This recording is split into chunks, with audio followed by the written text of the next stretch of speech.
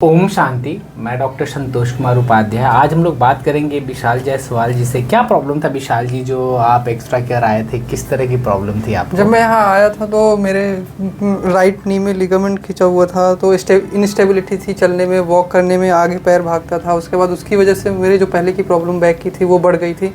तो उस टाइम पे बहुत प्रॉब्लम हो रहा था, मैं 1 घंटे बैठ के पढ़ भी नहीं पा रहा था, तो उसकी ये सब प्रॉब्लम थी, तो इसलिए मैं उस टाइम पे। पहले भी आपको नेक में दर्द और नेक पेन और लोअर बैक पेन की प्रॉब्लम रही थी, जिसकी फिजियोथेरेपी हम लोग के यहाँ हुई थी।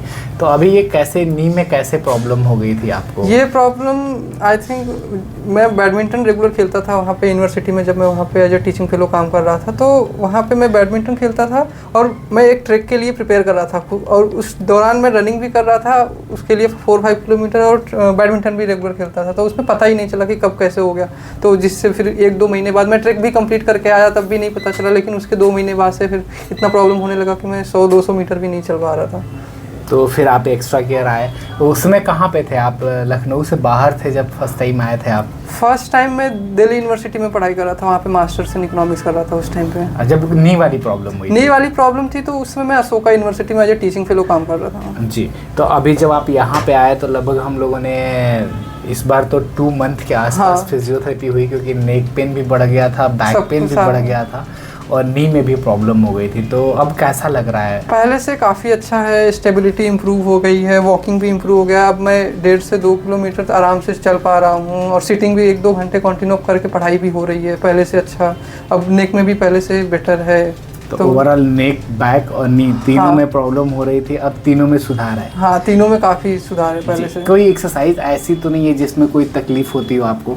नहीं, अभी जितनी भी एक्सरसाइज यहाँ पे बताई गई मैं अच्छे से कर ले रहा हूँ, कर पा रहे हैं। कैसा रहा एक्सपीरियंस आपका एक्स्ट्रा केयर फिजियोथेरेपी में? हाँ, यहाँ पे एक्सपीरियंस मेरा काफ़ी अच्छा रहा। लोग काफ़ी सपोर्टिव थे, मोटिवेटिंग थे। यहाँ पे लोगों ने काफ़ी सपोर्ट किया, और एक्सरसाइज में अस्मिता मैम ने काफ़ी हेल्प करी। डेली हम कंसिस्टेंट थे, अच्छे से हो रहा था, तो ये अच्छा लगा। तो विशाल, मैं ये पूछ रहा था कि थोड़ा सा इसके सिम्टम के विषय में बताएंगे क्या, कि नी, बैक और नेक में किस तरह की तकलीफ थी आपको?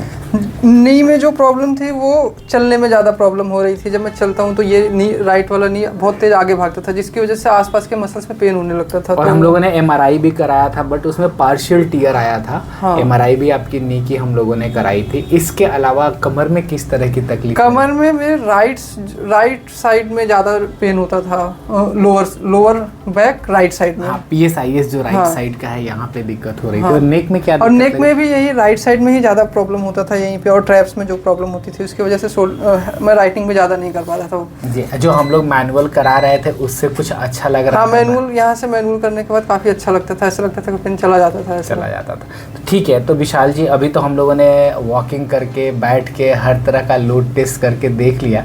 अभी आगे फर्दर भी घर पे आपको एक्सरसाइज की सलाह दी गई है। मैं कह रहा था कि आज जो फीडबैक आपका बनाए हैं, इसका आप कंसेंट दे रहे हैं कि हम लोग इसको यूट्यूब चैनल पे या अपना जो सोशल हैंडल है एज ए एजुकेशनल पर्पज हम लोग इसको यूज कर सकते हैं? हाँ, कंसेंट दे रहे हैं आप? हाँ, हम कंसेंट दे रहे हैं कि आप यूज़ कर सकते हैं। ठीक है, थैंक यू।